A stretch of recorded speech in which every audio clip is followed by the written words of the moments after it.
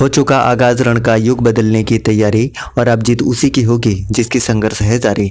नमस्कार दोस्तों, happy study zone में आपका स्वागत है। और आज हम देखने वाले हैं झारखंड जीके का एक प्रैक्टिस सेट जबरदस्त एक्सप्लेनेशन के साथ में। तो चलिए शुरुआत करते हैं आज का सेशन। और आज का पहला क्वेश्चन है, झारखंड में चुआर विद्रोह कहाँ हुआ था? इसका सही आंसर है ऑप्शन नंबर ए, यानी कि मानभूम में हुआ था। अगर हम चुआर विद्रोह की बात करते हैं तो 1769 से 1805 ईस्वी तक ये चला था। 1805 ईस्वी तक शुरुआत की बात करें तो ये बड़ा भूम और घाटशिला में हालांकि शुरुआत हुआ था, लेकिन आगे चलकर ये मानभूम में और पंचायत में फैल गया था। ठीक है। नेतृत्वकर्ता की बात की जाए तो बहुत सारे नेतृत्वकर्ता थे, उनमें से प्रमुख थे रघुनाथ महतो, उसके बाद श्याम गंजम और जगन्नाथ पातर। दमनकर्ता की बात करें तो दमनकर्ता दो था इसमें, एक था लेफ्टिनेंट गुडियार और मेजर क्राफ्ट। ये दो यहाँ पर दमनकर्ता थे।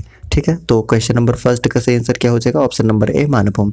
अगर हम बात करते हैं ढालभूम में कौन सा विद्रोह हुआ था, तो ढाल विद्रोह हुआ था। कब से कब तक हुआ था आपको पता होना चाहिए। 1767 से 77 तक, यानी कि ये 10 वर्षों तक चला था। ठीक है। नेतृत्वकर्ता की बात करें तो नेतृत्वकर्ता कौन थे? जगन्नाथ ढाल थे। जगन्नाथ ढाल इसके नेतृत्वकर्ता थे। दमनकर्ता की बात करते हैं तो लेफ्टिनेंट रूक और कैप्टन मार्गन ढाल विद्रोह के क्या थे? दमनकर्ता थे। ठीक है। अगर हम बात करते हैं कि संथाल परगना में कौन कौन सा विद्रोह हुआ था, तो सबसे पहले है पहाड़िया विद्रोह। हम पहाड़िया विद्रोह की बात करते हैं तो आपको पता होना चाहिए 1772 से 1780 तक हुआ था। इसका नेतृत्वकर्ता कौन थे? तो दो नेतृत्वकर्ता थे, एक तो रानी सर्वेश्वरी जो कि महेशपुर के रानी थी, और एक जगन्नाथ देव का भी नाम आता। लेकिन महत्वपूर्ण रूप से याद रखिएगा, रानी सर्वेश्वरी पहाड़िया विद्रोह के नेतृत्वकर्ता।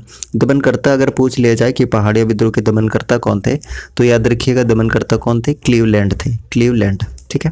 उसके अलावा संथाल परगना में और भी विद्रोह हुआ था, जिसमें से प्रमुख है संथाल विद्रोह भी हुआ था, जो कि 1855 से 56 तक चला था, आपको पता होगा। और इसके नेतृत्वकर्ता कौन थे? सिद्धू कान्हू मुख्य रूप से इसके नेतृत्वकर्ता थे, और साथ दे रहे थे चांद और भैरव भी। ठीक है। अगर दमनकर्ता पूछ लिया जाए कि संथाल विद्रोह के दमनकर्ता कौन थे, तो याद रख सकते हैं कौन थे? कैप्टन अलेक्जेंडर थे। इसके अलावा और हम बात करते हैं तो तीसरे नंबर पे, यानी कि संथाल परगना में और कौन सा विद्रोह हुआ था, तो एक खरवार विद्रोह भी हुआ था। खरवार विद्रोह की बात करें तो ये कब हुआ था? तो 1874 ईस्वी में हुआ था। नेतृत्वकर्ता की बात की जाए तो नेतृत्वकर्ता कौन थे? भागीरथ मांझी इसके नेतृत्वकर्ता थे। इसी बीच अगर हम तमाड़ विद्रोह की भी बात कर लें तो तमाड़ विद्रोह कब से कब तक हुआ था, तो पता होना चाहिए 1782 से 1807 ईस्वी तक हुआ था। नेतृत्वकर्ता की बात करें तो विष्णु मानकी और मौजी मानकी यहाँ के नेतृत्वकर्ता थे। और दमनकर्ता की बात करते हैं तो कैप्टन बेन और लिमंड क्या थे? यहाँ पे दो दमनकर्ता थे। क्षेत्र कौन कौन सा था? तो रांची, पंचेत और बीरभूम वाले क्षेत्र में तमाड़ विद्रोह हुआ था। ठीक है गाइस। तो क्वेश्चन नंबर फर्स्ट का सही आंसर क्या हो जाएगा? झारखंड में चुआर विद्रोह कहाँ हुआ था? तो करेक्ट आंसर हो जाएगा ऑप्शन नंबर ए, मानभूम में हुआ था। सो option number A is correct one. चलिए नेक्स्ट बात करते हैं क्वेश्चन नंबर 2 की। किस वृक्ष को पर्णपाती वन का राजा कहा जाता है? इसका सही आंसर हो जाएगा ऑप्शन नंबर सी, यानी कि साल को कहा जाता है। So option number C is correct one. वहीं पे अगर हम साल के साइंटिफिक नेम की बात करते हैं तो सोरिया रोबस्टा इसका क्या होता है? साइंटिफिक नेम होता है। अब हम प्लास के साइंटिफिक नेम की बात करें तो आपको पता होना चाहिए कि ब्यूटिया मोनोस्पोमा। ठीक है। ब्यूटिया मोनोस्पोमा क्या होता है? इसका साइंटिफिक नेम होता है। वहीं पे अगर हम हाथी की भी बात कर लें तो हाथी का साइंटिफिक नेम क्या होता है? एलिफस मैक्सिमस क्या होता है? इसका साइंटिफिक नेम होता है। ठीक है। तो क्वेश्चन नंबर 2 का सही आंसर क्या हो जाएगा? किस वृक्ष को वर्णपाती वन का राजा कहा जाता है? तो इसका साल बिल्कुल सही आंसर हो जाएगा, यानी option number C is correct one. चलिए नेक्स्ट बात करते हैं क्वेश्चन नंबर 3 की। झारखंड का अंग्रेजों के विरुद्ध प्रथम जनजातीय विद्रोह कौन सा था? तो 3 का करेक्ट आंसर हो जाएगा ऑप्शन नंबर डी, ढाल विद्रोह था। और ढाल विद्रोह के बारे में हमने बताया कि 10 वर्षों तक चला था, यानी कि 1767 से 1777 तक। नेतृत्वकर्ता कौन थे? तो जगन्नाथ ढाल। और दमनकर्ता की बात करें तो लेफ्टिनेंट रूक और कैप्टन मार्गन, ये दो यहाँ पे दमनकर्ता थे, ये भी याद रख सकते हैं। इसके अलावा अगर हम चेरो विद्रोह की बात करें तो चेरो विद्रोह कहाँ पर हुआ था? तो ये पलामू में हुआ था। पहली बात तो ये हो गई। कब से कब तक हुआ था? तो 1770 से 1818 ईस्वी तक ये चला था। ठीक है। नेतृत्वकर्ता की बात करें तो बहुत सारे नेतृत्वकर्ता थे, उसमें से दो प्रमुख हैं, एक तो चित्रजीत राय है और जगन्नाथ सिंह है। इसके अलावा आप भूखन सिंह भी याद रख सकते हैं, चेरो विद्रोह के नेतृत्वकर्ता। ठीक है। दमनकर्ता अगर पूछ लिया जाए चेरो विद्रोह का तो कैप्टन जैकब कैमक, ठीक है, जैकब कैमक इसके क्या थे, दमनकर्ता थे। इसके अलावा अगर हम खरवार विद्रोह की बात करें तो इसके बारे में हमने ऑलरेडी डिस्कस किया कि संथाल परगना में हुआ था, 1874 ईस्वी में हुआ था और नेतृत्वकर्ता कौन थे, भागीरथ मांझी इसके नेतृत्वकर्ता थे। वहीं पे अगर भूमिज विद्रोह की बात करें तो कब से कब तक हुआ था, तो 1832 से 33 में हुआ था और नेतृत्वकर्ता कौन थे, गंगा नारायण यहाँ के नेतृत्वकर्ता थे। अगर यहाँ पे पूछ लिया जाए कि दमनकर्ता कौन थे तो दमनकर्ता भी आप याद रख सकते हैं, कैप्टन विल्किंसन, कैप्टन विल्किंसन दमनकर्ता थे। अब नेक्स्ट देखते हैं क्वेश्चन नंबर 4। झारखंड की विधानसभा 2014 में राज्यपाल द्वारा मनोनीत एंग्लो इंडियन सदस्य का नाम क्या था? इसका करेक्ट आंसर हो जाएगा ऑप्शन नंबर बी, यानी कि जोसेफ गोल्डस्टीन था। अगर हम विधानसभा की बात करते हैं तो झारखंड में विधानसभा सीटों की संख्या कितनी है, तो अभी 81 है। हालांकि एक एंग्लो इंडियन को जो हुआ करता था अब ये रद्द कर दिया गया, हटा दिया गया है, यानी कि इसका मनोनयन अब नहीं होगा। कौन से संविधान संशोधन विधेयक से? तो अगर विधेयक पूछा जाए तो 126वां संविधान संशोधन विधेयक, लेकिन अगर संविधान संशोधन पूछ लिया जाए तो 104 संविधान संशोधन से जो एंग्लो इंडियन का सीट था वो हटा दिया गया है विधानसभा से। टोटल सीटें कितनी हैं, तो टोटल 81 सीटें हैं। अब 81 में भी बात करते हैं तो SC ST और जनरल के लिए कितना है, तो ST के लिए आपको 28 है, SC के लिए 9 है और जनरल के लिए टोटल 44 है। ठीक है। अच्छा, इसके अलावा अगर हम बात करते हैं अनुच्छेद 170 के अनुसार, तो अनुच्छेद 170 के अनुसार राज्य विधानसभा सीटों की संख्या अधिकतम 500 हो सकती है और न्यूनतम 60 हो सकती है। लेकिन कुछ अपवाद है यहाँ पर। अपवाद की बात कर रहे तो सिक्किम में मात्र 32 है, गोवा में 40 है, उसके बाद अरुणाचल प्रदेश में 40 है और मिजोरम में भी 40 है। ये अपवाद में है, लेकिन मिनिमम कितने हो सकते हैं, 60 हो सकते हैं, मैक्सिमम 5 हो सकते हैं। कौन से संविधान संशोधन से, तो 170वां संविधान संशोधन से। ठीक है। इसके अलावा अगर हम बात करते हैं तो 84th कॉन्स्टिट्यूशनल अमेंडमेंट 2001 की हम बात करते हैं तो राज्य विधानसभा में 2026 तक जो सीटें हैं, 2026 तक वो सीटें फिक्स्ड हैं। ठीक है। ओके। इसके अलावा अगर हम बात करते हैं झारखंड में लोहरदग्गा और गुमला दो ऐसा जिला है जो कि विधानसभा क्षेत्र कौन सा है, तो ST के लिए आरक्षित है। याद रखिएगा कौन कौन सा है, तो एक लोहरदग्गा है और गुमला है। लोहरदग्गा और गुमला दोनों ST के लिए आरक्षित है, याद रखिएगा। इसके अलावा विधानसभा अध्यक्ष अभी वर्तमान में कौन है, तो रविंद्रनाथ महतो है। प्रथम अगर पूछ लिया जाए कि प्रथम विधानसभा अध्यक्ष कौन थे, तो इंदर सिंह नामधारी थे, इंदर सिंह नामधारी। अगर हम बात करते हैं 2019 के विधानसभा चुनाव के रिजल्ट की, तो इसमें बीजेपी को 25 सीटें मिली थी, JMM को 30 सीटें, RJD को 1, कांग्रेस को 16, आजसू को 2 और निर्दलीय को 4 सीटें मिली थी। ठीक है। नेक्स्ट बात करते हैं क्वेश्चन नंबर 5 की। पहाड़िया विद्रोह में कहाँ के रानी ने सहयोग दिया था? इसका करेक्ट आंसर ऑलरेडी हमने बता दिया है, महेशपुर की रानी सर्वेश्वरी ने क्या दिया था, सहयोग दिया था, नेतृत्व किया था। ठीक है। इसके अलावा अगर हम पहाड़िया विद्रोह की बात करें तो ये कब से कब तक हुआ था, तो पहाड़िया विद्रोह हुआ था 1772 से 80 तक। ठीक है। दमनकर्ता अगर पूछ लिया जाए तो क्लीवलैंड यहाँ के दमनकर्ता थे। चलिए नेक्स्ट बात करते हैं क्वेश्चन नंबर 6 की। झारखंड में 2017 से 18 में कितने प्रतिशत कृषि श्रमिक थे? तो 6 का सही आंसर हो जाएगा option number B, 66.85%। So option number B is correct one. चलिए नेक्स्ट बात करते हैं क्वेश्चन नंबर 7 की। चेरो विद्रोह के नेतृत्वकर्ता भूखन सिंह को किस वर्ष फांसी दी गई थी? अब देखिए हम चेरो विद्रोह के बारे में थोड़ा सा बात करते हैं, उसके बाद आगे बात करेंगे। तो चेरो विद्रोह कब से कब तक हुआ था, हमने बताया है 1770 से 1818 ईस्वी तक हुआ था। नेतृत्वकर्ता कौन कौन थे, तो चित्रजीत राय थे, उसके बाद जगन्नाथ सिंह थे और भूखन सिंह भी थे। लेकिन यहाँ पे पूछा हुआ कि भूखन सिंह को फांसी कब दी गई थी, तो इनको फांसी कब दी गई थी, 1802 ईस्वी में। So option number A is correct one. Option number ए इसका बिल्कुल सही आंसर होगा। ठीक है। चलिए नेक्स्ट बात करते हैं क्वेश्चन नंबर 8 की। मोहम्मद बिन तुगलक के सेनापति मलिक बयां यानी कि संथाली स्रोत के अनुसार इब्राहिम अली ने हजारीबाग क्षेत्र पर आक्रमण किया था। कब किया था, इसका सही आंसर आपको बताना है। तो 8 का सही आंसर क्या हो जाएगा, ऑप्शन नंबर बी हो जाएगा, 1340 इसका बिल्कुल सही आंसर है। अब देखिए बात आई है हजारीबाग की। ठीक है। तो हजारीबाग से रिलेटेड जो भी इंफॉर्मेशन हो सकता है सबसे पहले हम उसके बारे में बात करते हैं।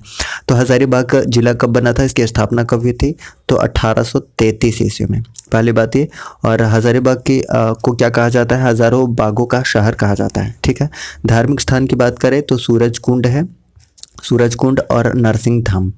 और बात करते हैं तो बीएसएफ का प्रशिक्षण केंद्र भी कहाँ पर है, ये हज़ारीबाग में है। इसके अलावा बात करें तो विनोबा भावे यूनिवर्सिटी भी हज़ारीबाग में देखने को मिलेगा, जिसकी स्थापना कब हुई थी, 1992 में हुई थी। हज़ारीबाग अभ्यारण्य भी हज़ारीबाग में है, जिसकी स्थापना हुई थी 1976 में, 1976 में। ठीक है, चलिए नेक्स्ट बात करते हैं क्वेश्चन नंबर 9 की। पलामू परगना को नीलाम करने के पश्चात अंग्रेजों ने इसके शासन की जिम्मेदारी किस राजा को दी थी? तो 9 का करेक्ट आंसर हो जाएगा option number C, Ghanshyam Singh. Ghanshyam Singh इसका बिल्कुल सही आंसर हो जाएगा। बात आई है पलामू की, तो पलामू से रिलेटेड जो भी इन्फॉर्मेशन हो सकता है वो सारे के सारे हम एक साथ डिस्कस करते हैं। तो सबसे पहले बात करते हैं कि पलामू जिला कब बना था। तो 1892 में पलामू जिला बना था।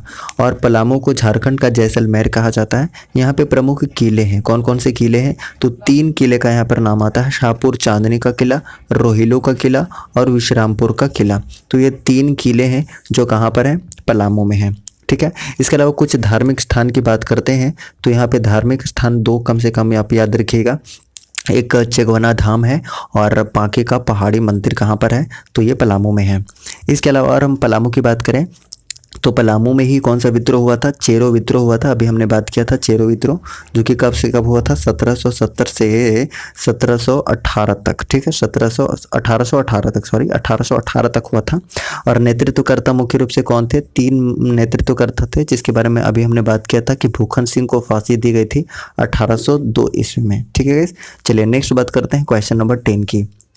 दिल्ली के किस सुल्तान ने हजारीबाग के सतगांव को जीतकर इस क्षेत्र की राजधानी बनाया था? तो 10 का सही आंसर हो जाएगा option number A, Firoz Shah Tughlaq. Firoz Shah Tughlaq इसका बिल्कुल सही आंसर है। ठीक है गाइस, अगर हम बात करते हैं फिरोज शाह तुगलक की, तो सर्वप्रथम हिंदू ब्राह्मण पर जजिया कर किसने लगाया था? तो याद रखिएगा फिरोज शाह तुगलक ने लगाया था। मोहम्मद बिन तुगलक के बारे में एक इन्फॉर्मेशन अगर आप जानना चाहें तो सनकी बादशाह के नाम से इसको जाना जाता था। अगर हम जहांगीर की बात करते हैं तो जहांगीर का बचपन का नाम अगर पूछ लिया जाए तो सलीम था। क्या था? सलीम। ठीक है, इसके अलावा अगर हम बात करते हैं तो इसका मकबरा कहाँ पर है? तो लाहौर में इसका मकबरा है। ठीक है, और आत्मकथा भी पूछ लिया जाता है गाइस, तो जहांगीर का आत्मकथा कौन सा है? तुजुक ए जहांगीरी है। नेक्स्ट बात करते हैं क्वेश्चन नंबर 11 की। भारतीय के राजा घनश्याम सिंह एवं ब्रिटिश कंपनी के विरुद्ध 1817 ईस्वी में किस जनजाति ने विद्रोह किया था? 11 का करेक्ट आंसर हो जाएगा ऑप्शन नंबर बी, चेरो जनजाति ने किया था। अगर हम चेरो जनजाति की बात करते हैं तो इससे रिलेटेड जो भी इन्फॉर्मेशन है एक साथ हम देख लेते हैं। तो सबसे पहली बात यह कि 12 हजारी और 13 हजारी के नाम से जाना जाता है चेरो जनजाति को। वधु मूल्य की बात की जाए तो दस्तूरी के नाम से जाना जाता है, दस्तूरी। ठीक है, विवाह 2 तरह के विवाह इसमें प्रचलित है, कौन कौन सा? एक तो ढोला है, ढोला। ठीक है, और दूसरा क्या है? चढ़ा। ढोला और चढ़ा इसके 2 प्रमुख विवाह हैं चेरो जनजाति के। ठीक है, इसके अलावा अगर महली जनजाति की बात की जाए तो महली जनजाति को शिल्पी जनजाति के नाम से जाना जाता है, शिल्पी जनजाति के नाम से। और सर्वाधिक संकेंद्रण आपको रांची में देखने को मिलेगा, सर्वाधिक रांची में। ठीक है, इसके अलावा सर्वोच्च जो देवता है वो कौन सा है? तो सूरज देवी यहाँ के सर्वोच्च देवता है महली जनजाति की अगर हम बात कर रहे हैं। अगर हम बात करते हैं असुर जनजाति की, तो असुर जनजाति झारखंड की सबसे प्राचीनतम जनजाति है और इसका उल्लेख कहाँ कहाँ मिलता है? तो ऋग्वेद में है, आरण्यक में है, उपनिषद में है और महाभारत में भी असुर जनजाति का उल्लेख मिलता है।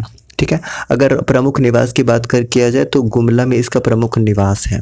गोत्र को पारस के नाम से जाना जाता है, पारस। ठीक है, अच्छा, इसके अलावा विवाह, एक विवाह बहुत ज़्यादा प्रचलित है जो पूछा जाता है बार बार, इदी मी के नाम से जाना जाता है, जो कि प्रचलित विवाह है। ठीक है, ओके, नेक्स्ट हम बात करते हैं। अच्छा, अगर हम गोंडी जनजाति के धार्मिक प्रधान की बात करें तो बैगा यहाँ का क्या है? धार्मिक प्रधान है। लेकिन अगर सहायक पूछ लिया जाए कि बैगा का सहायक कौन होता है तो ये भी याद रखिएगा, सुबारी। सुबारी जो होता है वो बैगा का सहायक होता है। ठीक है गाइस, ओके। उसके बाद हम अगर गोंड जनजाति की बात करते हैं तो गोंड जनजाति से भी रिलेटेड इन्फॉर्मेशन जान लेते थोड़ा सा। ये भारत की दूसरी सबसे बड़ी जनजाति है। पहली हमेशा हमने बताया कि भील जनजाति पहली जनजाति है और दूसरी कौन सी है? तो गोंड जनजाति है। ठीक है, उसके बाद अगर हम गोंड जनजाति के कुल देवता की बात करते हैं तो परसापन। ठीक है, परसापन यहाँ के कुल देवी का नाम है, कुल देवता का नाम है। ठीक है, पुजारी हमने बताया बैगा यहाँ का क्या है?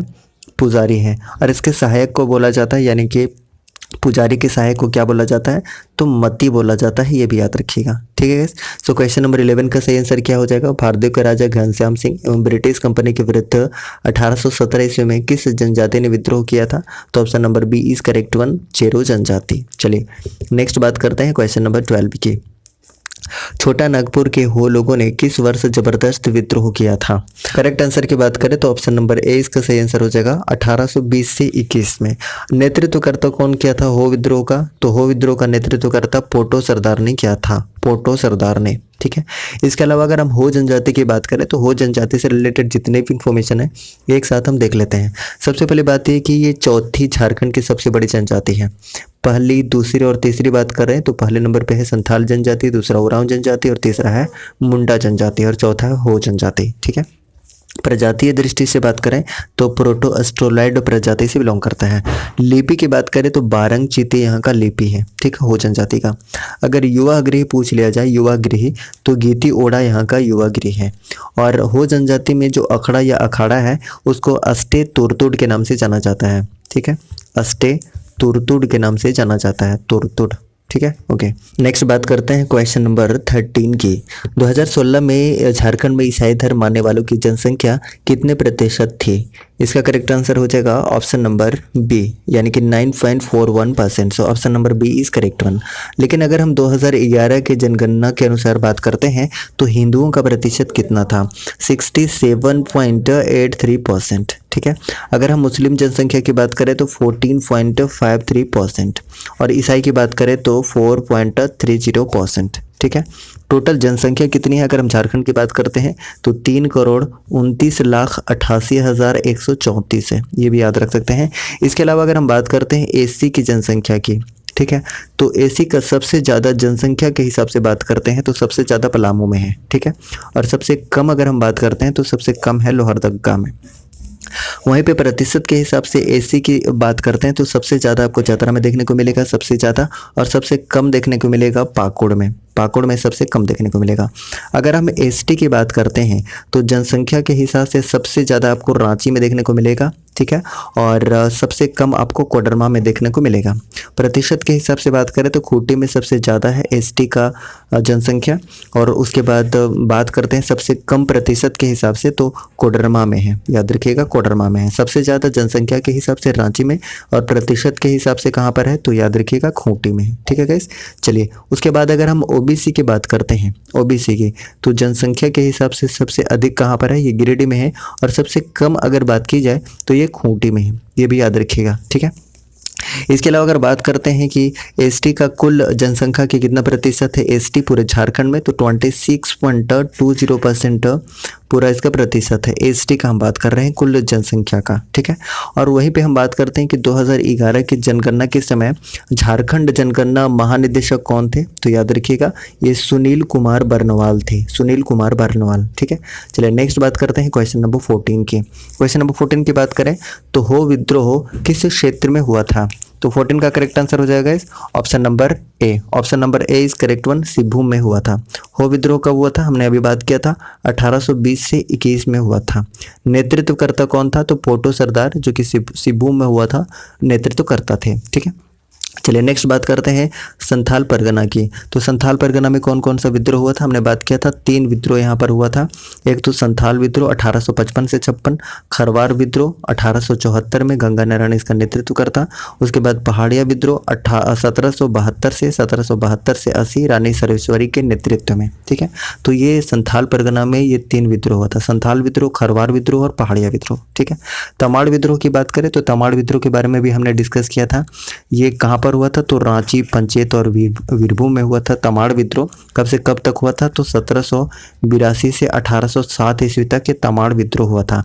नेतृत्वकर्ता अगर पूछ लिया जाए तो विष्णु मानकी और मौजी मानकी, हमने कई बार बताया है। साथ ही दमनकर्ता की बात की जाए तो कैप्टन बेन और लिमंड यहाँ 2 नेतृत्वकर्ता थे। चलिए नेक्स्ट बात करते हैं क्वेश्चन नंबर 15 की। भारत छोड़ो आंदोलन 1942 ईस्वी के दौरान जयप्रकाश नारायण अपने 5 साथियों के साथ किस जेल से पलायन करने में सफल रहे थे? तो 15 का सही आंसर हो जाएगा इस option number D, Hazaribagh. Hazaribagh jail से भागने में सफल रहे थे। So option number D is correct one. चलिए नेक्स्ट बात करते हैं क्वेश्चन नंबर 16 की। भारत छोड़ो आंदोलन 1942 ईस्वी के दौरान हजारीबाग की सरस्वती देवी को गिरफ्तार कर किस जेल में नजरबंद किया गया था? तो 16 का सही आंसर हो जाएगा option number C, Bhagalpur jail में। सो ऑप्शन नंबर सी इसका बिल्कुल सही आंसर है। नेक्स्ट बात करते हैं क्वेश्चन नंबर 17। मानभूम छंडा सत्याग्रह किस वर्ष हुआ था? करेक्ट आंसर है ऑप्शन नंबर डी, 1945 ईस्वी में हुआ था Manbhum Chhanda satyagraha. So option number D is correct one, 1945। चलिए नेक्स्ट बात करते हैं क्वेश्चन नंबर 18 की। मदन मोहन मंदिर किस नाम से जाना जाता है? तो 18 का सही आंसर हो जाएगा सो ऑप्शन नंबर ए, ये बोड़ैया मंदिर के नाम से जाना जाता है। So option number A is correct one. अब देखिए कुछ इंपॉर्टेंट मंदिर की बात करते हैं।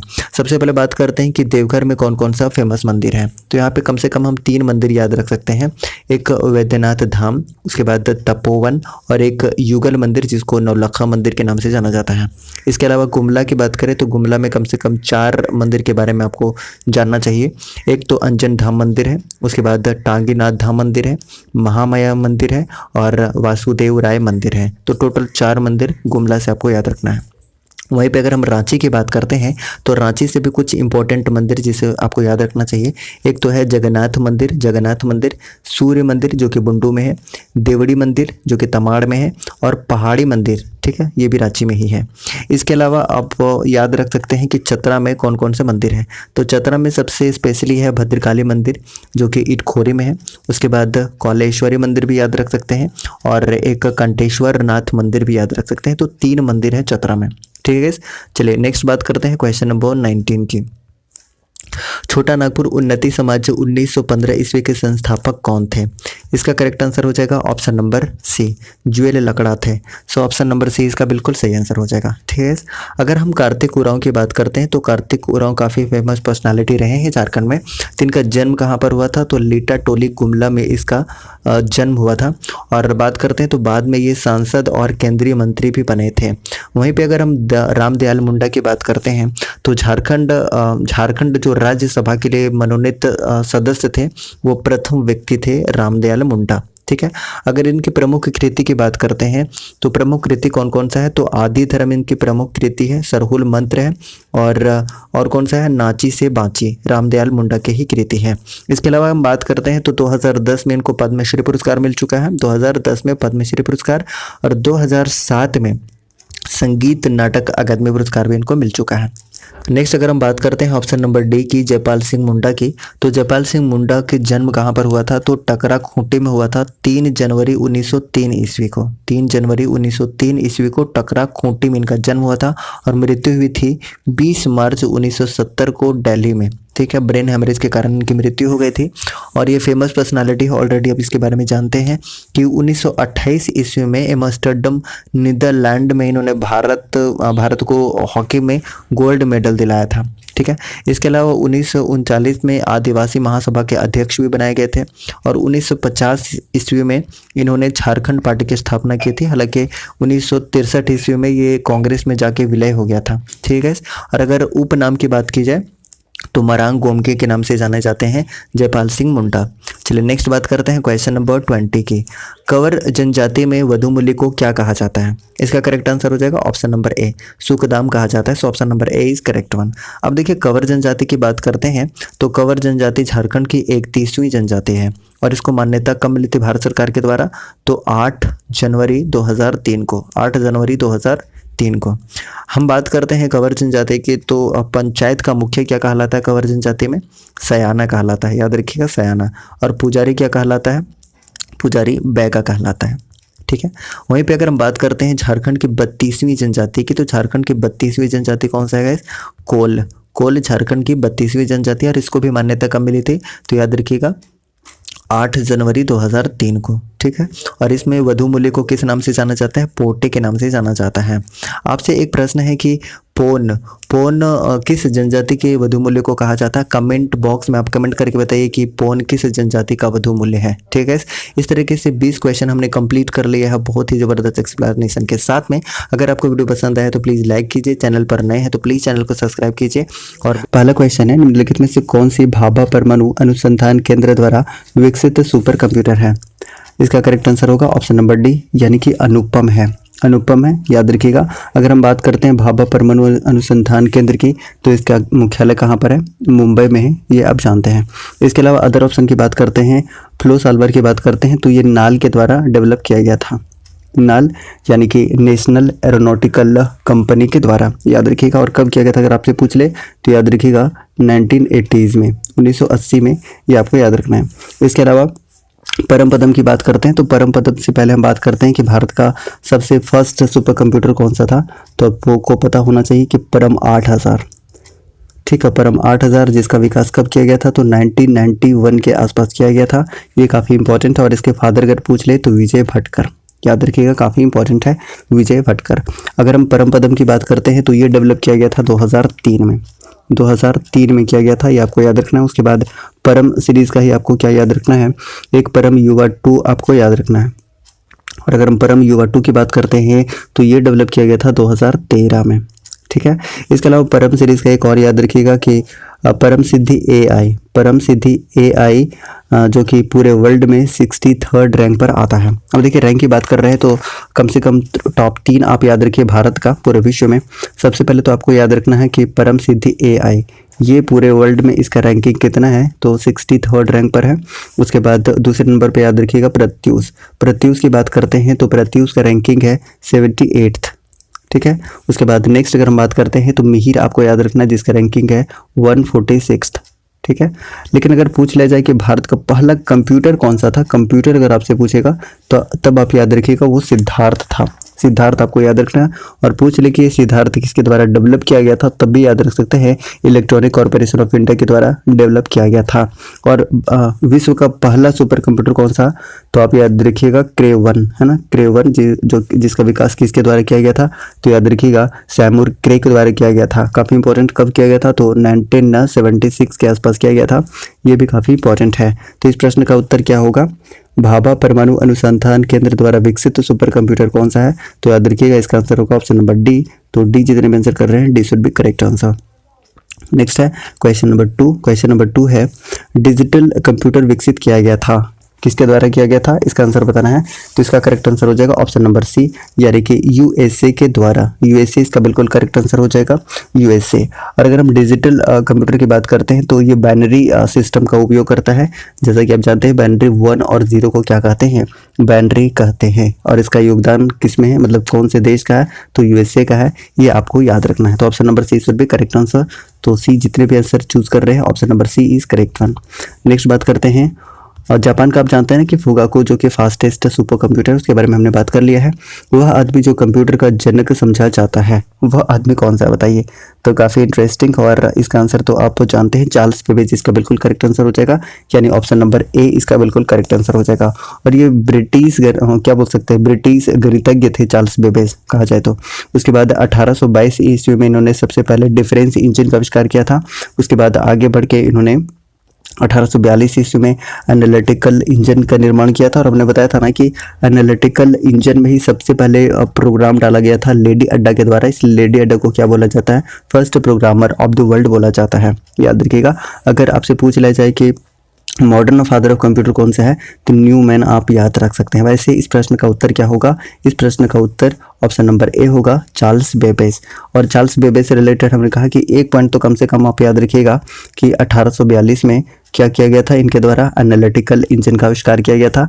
ये इंपॉर्टेंट है, ठीक है। चलिए नेक्स्ट बात करते हैं क्वेश्चन नंबर 4 की।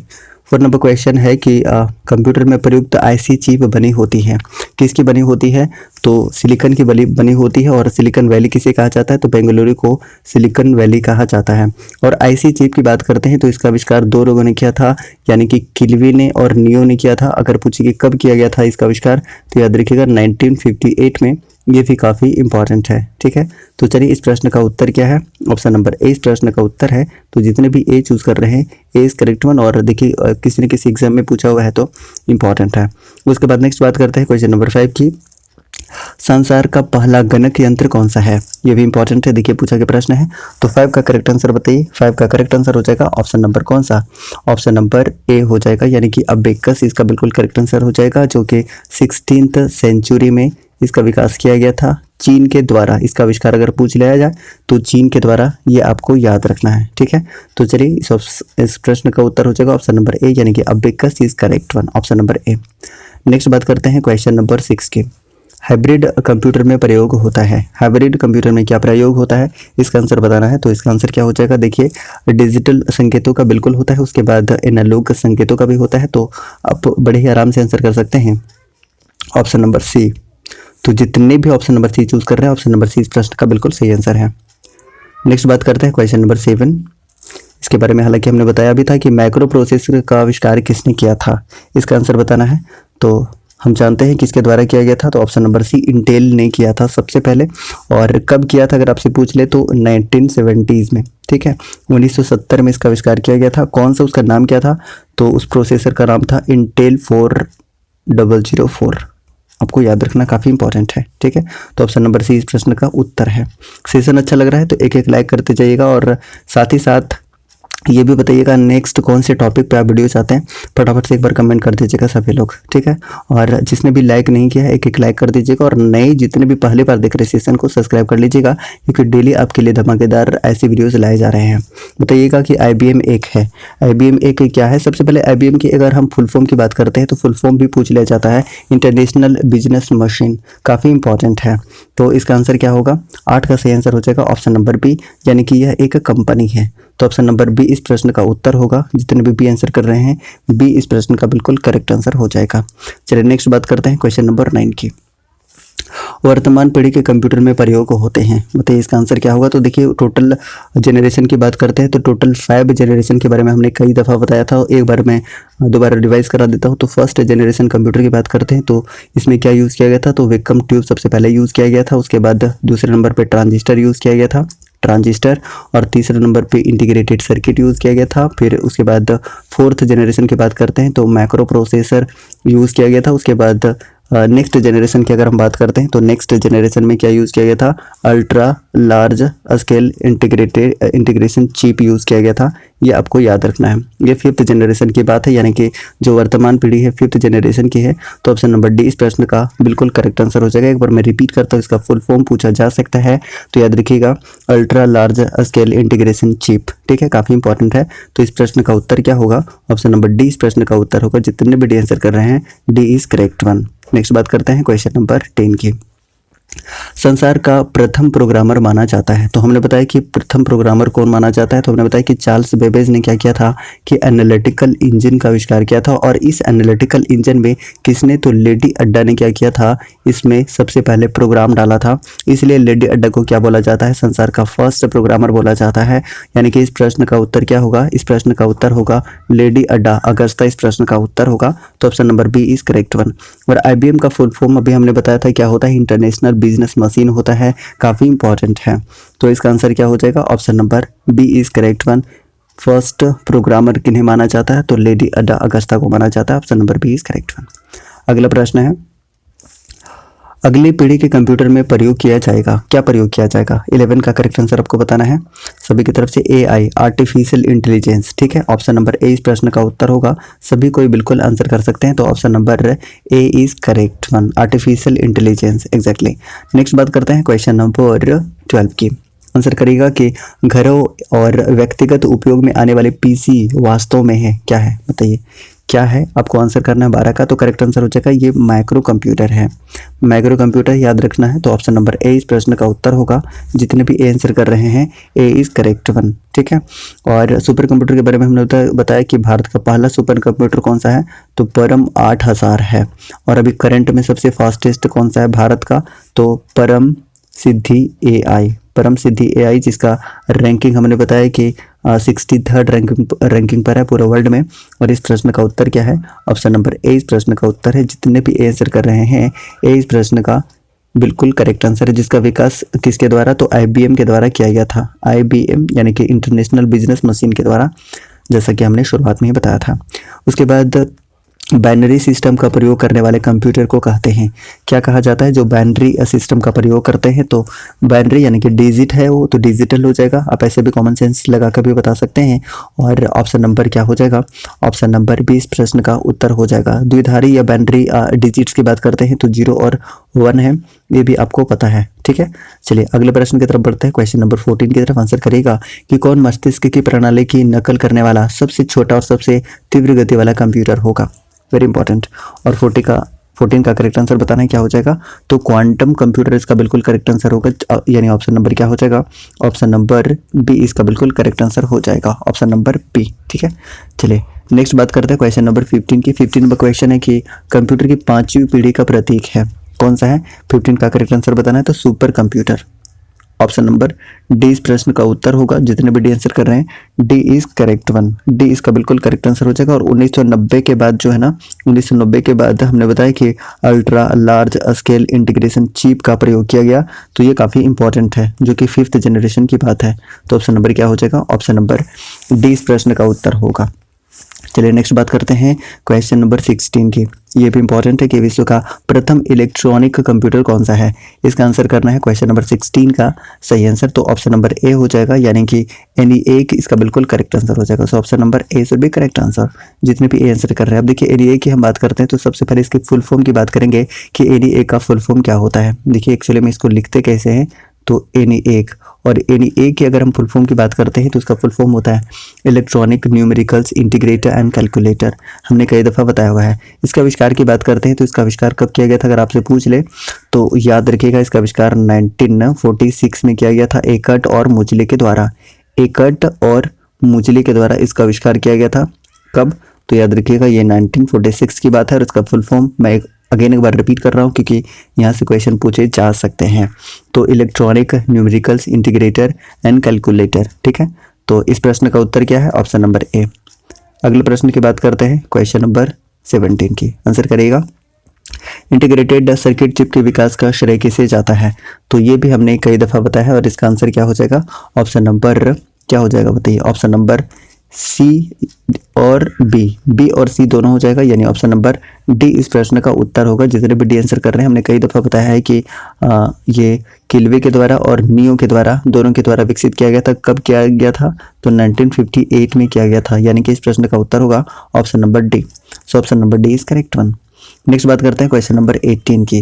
निम्नलिखित में से कौन भारत में विकसित सुपर कंप्यूटर नहीं है? कौन सा नहीं है ये आपको बताना है। 18 का आंसर, तो 18 का आंसर हो जाएगा option number D. Option number D जो भारत में नहीं है। अनुपम के बारे में हमने बताया था कि भाभा रिसर्च सेंटर के द्वारा ये किया गया था। परम सीरीज के बारे में भी हमने बताया कि परम युवा 2 2013 में ये किया गया था। उसके बाद परम पदम बताया था हमने कि 2003 में ये इसका आविष्कार किया गया था। उसके बाद परम सिद्धि AI जिसका रैंकिंग अभी 63rd पर है, और परम 8000 जो कि भारत का पहला सुपर कंप्यूटर था। राइट, तो इन सारी चीज़ों के बारे में ऑलरेडी हमने डिस्कस कर लिया है और ऑप्शन नंबर डी इस प्रश्न का उत्तर होगा। नेक्स्ट बात करते हैं क्वेश्चन नंबर 19। आंसर करिएगा कि भारत में सिलिकॉन वैली के नाम से किसे जाना जाता है? तो हम जानते हैं कि बेंगलुरु को सिलिकॉन वैली के नाम से जाना जाता है, आपको याद रखना है। और जो सिलिकॉन का यूज़ कहाँ किया जाता है? तो IC चिप में किया जाता है, जिसका आविष्कार हमने बताया कि नियो के द्वारा और किल्वे के द्वारा किया गया था। कब किया गया था ये भी हमने कई दफ़ा बताया, तो याद रखिएगा 1958 में। ये भी काफ़ी आप याद रख सकते हैं। ठीक है, तो बेंगलुरु इसका बिल्कुल करेक्ट आंसर है, यानी option number C should be correct answer. चलिए नेक्स्ट बात करते हैं कि CDAC का संबंध है। CDAC का संबंध किससे है? इसका आंसर बताना। देखिए CDAC का फुल फॉर्म भी पूछ लिया जाता है, तो सबसे पहले इसके फुल फॉर्म की बात करते हैं तो centre for development of advance computing होता है, जिसका मुख्यालय कहाँ पर है? तो महाराष्ट्र पुणे में है। और स्थापना कब हुई थी आप कमेंट बॉक्स में बता दीजिएगा। तो 20 का करेक्ट आंसर बताना है और करेक्ट आंसर हो जाएगा ऑप्शन नंबर ए, यानी कि कंप्यूटर इसका बिल्कुल करेक्ट आंसर है। और CDAC के द्वारा ही फर्स्ट सुपर कंप्यूटर जो कि बार बार हम डिस्कस कर रहे हैं, परम 8000 इसी के द्वारा डेवलप किया गया था। कब किया गया था? तो ये भी हमने बताया कि 1991 में। और इसके जनक कौन है परम 8000 के या परम सीरीज के सुपर कंप्यूटर के? तो विजय भटकर, ये भी हमने बता रखा है। तो इस प्रश्न का उत्तर क्या होगा? Computer is correct one. जितने भी ए आंसर कर रहे हैं, ए इस प्रश्न का सही उत्तर होगा। नेक्स्ट है क्वेश्चन नंबर 21 दिख नहीं रहा, 22 की तरफ बढ़ते हैं। अच्छा 21 में बता देता हूँ कि 21 एग्जैक्टली है क्या। अब देख लीजिएगा एक बार। 21 है कि आधुनिक कंप्यूटरों का लघु रूपण संभव हो सका है निम्न प्रयोग से। तो किसके प्रयोग से? इसका आंसर बताना है। तो इसका करेक्ट आंसर क्या हो जाएगा, ऑप्शन नंबर बी हो जाएगा। एक बार नोट कर लीजिएगा, थोड़ा सा ये मिटा हुआ है तो मैं एक बार रिपीट कर दे रहा हूँ कि आधुनिक कंप्यूटरों का लघु रूपण संभव हो सका है निम्न प्रयोग से। तो याद रखिएगा कि इंटीग्रेटेड सर्किट चिप से संभव हो चुका है और इंटीग्रेटेड सर्किट का यूज़ किया गया था 3rd जनरेशन कंप्यूटर में। देखिए एक बार मैं दोबारा बता देता हूँ आपको, याद रख लीजिएगा क्या क्या आपको याद रखना है, ठीक है। तो एक बार देख लीजिएगा गाइस, जस्ट अ सेकेंड, ठीक है। तो आपको याद रखना है कुछ इंपॉर्टेंट चीज़ याद रखना है। क्या याद रखना है कि सबसे पहले 1st जनरेशन के बारे में हमने बताया था, क्या बताया था कि वेलकम ट्यूब यूज़ किया गया था। उसके बाद 2nd जनरेशन में ट्रांजिस्टर यूज़ किया गया था। 3rd जनरेशन में इंटीग्रेटेड सर्किट यूज़ किया गया था। उसके बाद मैक्रो प्रोसेसर यूज़ किया गया था और 5th जनरेशन में ultra large integrated integrated chip use किया गया था। ये हमने बता दिया है, ठीक है, ये हमने बता दिया है। तो इसका आंसर क्या बनेगा, ऑप्शन नंबर बी बनेगा, यानी कि इंटीग्रेटेड सर्किट चिप इसका बिल्कुल करेक्ट आंसर होगा। अगले प्रश्न की तरफ बढ़ते हैं, क्वेश्चन नंबर 22।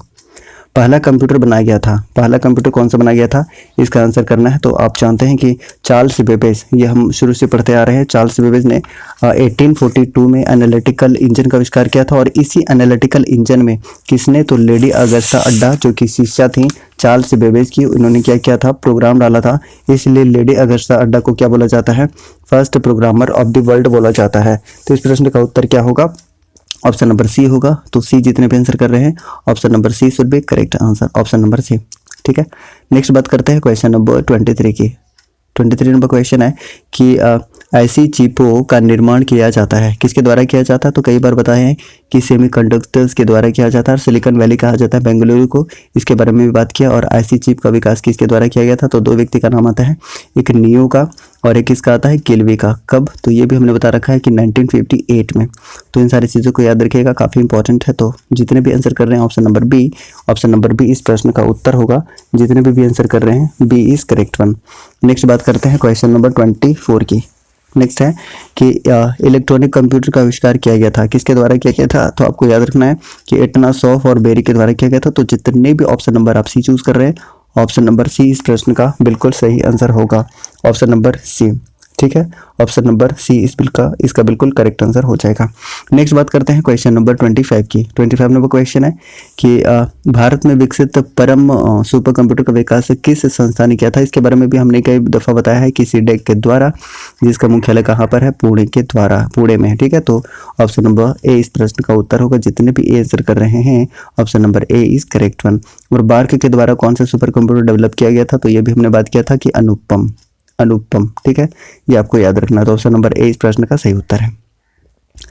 नेक्स्ट है कि भारत में बना सुपर कंप्यूटर फ्लो सॉल्वर विकसित व डिज़ाइन किया गया था। तो ये भी हमने बताया कि नाल के द्वारा, ये हमने कई दफ़ा बता दिया है, नाल के द्वारा। और नाल का फुल फॉर्म भी हमने बताया था, क्या बताया था, बताइए, नेशनल एरोनॉटिकल लैब हमने बताया था, ये इंपॉर्टेंट। और इसका मुख्यालय बेंगलुरु में है। सीडेक के द्वारा हमने बताया कि परम 8000, उसके बाद बार्क के द्वारा अनुपम, ये हमने ऑलरेडी इन सारी चीज़ों के बारे में बात कर रखा है। तो ऑप्शन नंबर ए इसका बिल्कुल करेक्ट आंसर होगा। जितने भी ए आंसर कर रहे हैं, ए इज करेक्ट वन। नेक्स्ट बात करते हैं क्वेश्चन नंबर 27 की। आंसर करेगा कि वाणिज्यिक उपयोग के लिए उपलब्ध कराया गया पहला कंप्यूटर कौन सा था।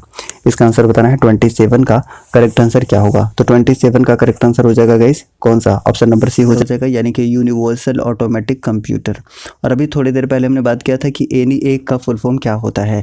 ENIAC की बात करते हैं तो electronic numericals integrator and calculator. और इसका विकास किसके द्वारा किया गया था, ये भी हमने बताया था, आपको याद होगा कि 1946 में किया गया था, एकट के द्वारा और मुचली के द्वारा, एकट और मुचली के द्वारा किया गया था, ये हमने आपको बताया था। तो याद रखिएगा कि प्रथम वाणिज्यिक उपयोग यानी कि कमर्शियल यूज़ किया गया था यूनिवैक, यानी ऑप्शन नंबर सी इसका बिल्कुल करेक्ट आंसर हो जाएगा। जितने भी आप लोग सी आंसर कर रहे हैं।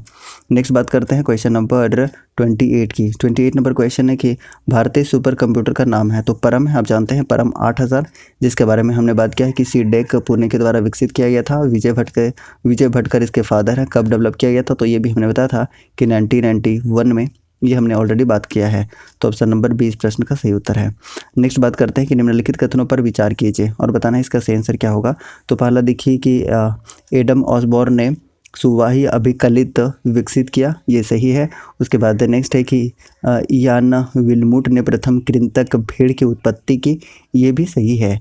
तो आप आंसर क्या कर सकते हैं, ऑप्शन नंबर सी इस प्रश्न का उत्तर हो जाएगा, यानी कि दोनों का दोनों सही है। तो option number C should be correct answer. ठीक है, चलिए नेक्स्ट बात करते हैं क्वेश्चन नंबर 30 की। पहले इलेक्ट्रॉनिक अंकीय कंप्यूटर यानी कि इलेक्ट्रॉनिकल डिजिटल कंप्यूटर में क्या था। 30 का आंसर बताना और निश्चित रूप से आप बता सकते हैं वाल्व या ट्रांजिस्टर। सभी को आंसर करिएगा तो बिल्कुल वाल्व इसका बिल्कुल करेक्ट आंसर हो जाएगा। जितने भी वाल्व आंसर कर रहे हैं, वैक्यूम ट्यूब आंसर कर रहे हैं, तो ऑप्शन नंबर क्या हो जाएगा, ऑप्शन नंबर बी इस प्रश्न का उत्तर हो जाएगा। So option number B should be correct answer, option number B. ठीक है, ऑप्शन नंबर बी। चलिए नेक्स्ट बात करते हैं क्वेश्चन नंबर 31 की। 31 नंबर क्वेश्चन है कि विशेष रूप से डिज़ाइन किए गए कंप्यूटर चिप जो किसी अन्य डिवाइस के अंदर रहते हैं क्या कहलाते हैं। तो आप कॉमन सेंस भी लगा के इसका आंसर बता सकते हैं। 31 का सही आंसर क्या हो जाएगा, बिल्कुल डी हो जाएगा, एम्बेडेड। ठीक है, एम्बेडेड इसका बिल्कुल करेक्ट आंसर होगा। तो जितने भी आप लोग ऑप्शन नंबर डी चूज़ कर रहे हैं, ऑप्शन नंबर डी इस प्रश्न का सही उत्तर होगा। नेक्स्ट है, निम्नलिखित में से कौन सबसे बड़ा, सबसे तेज और सबसे महंगा कंप्यूटर है। तो ये तो हमने कई दफ़ा डिस्कस कर लिया है, सुपर कंप्यूटर। तो ऑप्शन नंबर बी इस प्रश्न का उत्तर होगा। ठीक है, option number B should be correct answer. कई दफ़ा इसके बारे में हमने डिस्कस कर लिया है। आप कमेंट करिएगा कि 63rd रैंक पर भारत का कौन सा सुपर कंप्यूटर है, आप कमेंट बॉक्स में छापिएगा। उसके बाद नेक्स्ट बात करते हैं कि एक छोटे सिलिकॉन चिप पर ट्रांजिस्टर और अन्य इलेक्ट्रॉनिक उपकरणों द्वारा बने पूर्ण इलेक्ट्रॉनिक सर्किट को कहते हैं, क्या कहा जाता है। इसका भी आप आंसर कर सकते हैं, कई दफ़ा बताया गया है। बिल्कुल इंटीग्रेटेड सर्किट कहा जाता है, जो कि 3rd जनरेशन कंप्यूटर में यूज़ किया गया था। इंटीग्रेटेड सर्किट चिप की अगर हम बात करते हैं, इसका निर्माण नियो के द्वारा और किसके द्वारा, किल्बी के द्वारा। कब अगर आपसे पूछे तो 1958 में, ये हमने बात कर लिया। और सिलिकॉन वैली कहाँ पर है, तो ये बेंगलुरु में है। इन सारी चीज़ों के बारे में हमने ऑलरेडी बात कर रखा है। तो इस प्रश्न का उत्तर क्या है, ऑप्शन नंबर सी। तो सी जितने भी आंसर कर रहे हैं, सी इज़ करेक्ट वन। ठीक है, इस तरीके से आज का सेशन हमने कंप्लीट कर लिया है। अगर आपको सेशन पसंद आया था गाइस तो प्लीज़ लाइक कीजिएगा। ठीक है, और अगर अभी तक आप चैनल पर नए हैं तो प्लीज़ चैनल को सब्सक्राइब करके और बेल आइकन को प्रेस कीजिए, ताकि आपको न्यू वीडियोज़ का नोटिफिकेशन बिल्कुल सही समय पर मिलता रहे। थैंक यू सो मच, जय हिंद।